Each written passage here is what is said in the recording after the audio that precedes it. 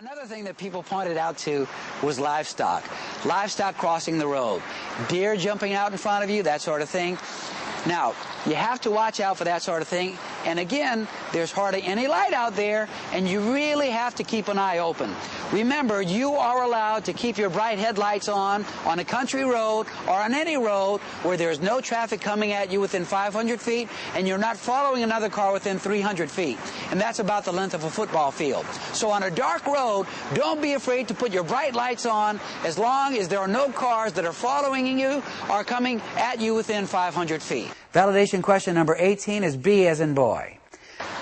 There are a lot of roadside stands out in the country. I never thought of that before people pointed out to me. There are roadside stands on the side of a country road selling peaches and apples and stuff. So that is your merging lane, people coming out of that. Or the little mom and pop gas station on the side of the road, people pulling out or going into that. You have to watch out for those sort of things also. You have a lot of farm equipment on open roads, tractors, slow-moving trucks, that sort of thing. There is no light on curves, and you're going around. There are much narrow roads, more narrow roads. A lot of times you have tremendous potholes on country roads that you cannot see. Okay, there is more of a chance of skidding or hydroplaning out on country roads because there's more oil, dirt accumulated, that sort of thing. And while I'm thinking about that, let me ask you, what is the worst time of day to drive as far as rainfall goes? Right when it starts. That's true. The first half-hour rain, it is tremendously slippery on the road. And I'll tell you why.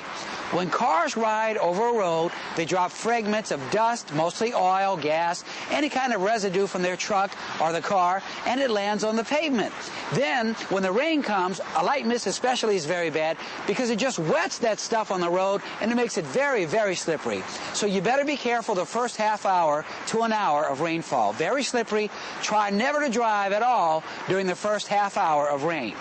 I also want to talk to you about hills. A lot of times in country roads, let's say you're going up to ski somewhere, you have these little two-lane narrow roads and they're uphill or downhill. This is a question that hardly anybody ever gets. You're driving on a two-lane road, you're going uphill, guys coming at you going downhill. Who has the right of way? I'll give you 3 seconds to come up with the answer. The car going uphill has the right of way. There are a lot of reasons for that. The most important one is this. When you're going uphill, you have your momentum because you're going up. And if you have to stop, it is extremely hard to get that momentum going up again. People going downhill, they just have to put on their brakes. And then they let go of the brakes up again, and they're going down again. Your car, think about this, if you had to stop, think about how hard it is to maneuver your car if you had to back down a hill. Here's another question for you about country roads. If you're on a little two-lane road out in the country and some guy's crossing your lane and about to hit you, where do you go? On a freeway, you have 4 lanes.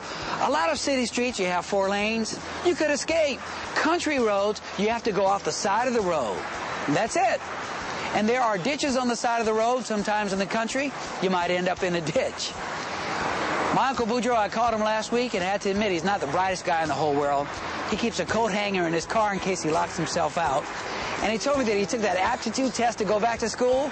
They told him not only is he not college material, he's not even high school material. And that's kind of sad because he's been the principal of my high school for 5 years now. Let's look at some other important highway users and how we should share the road with them.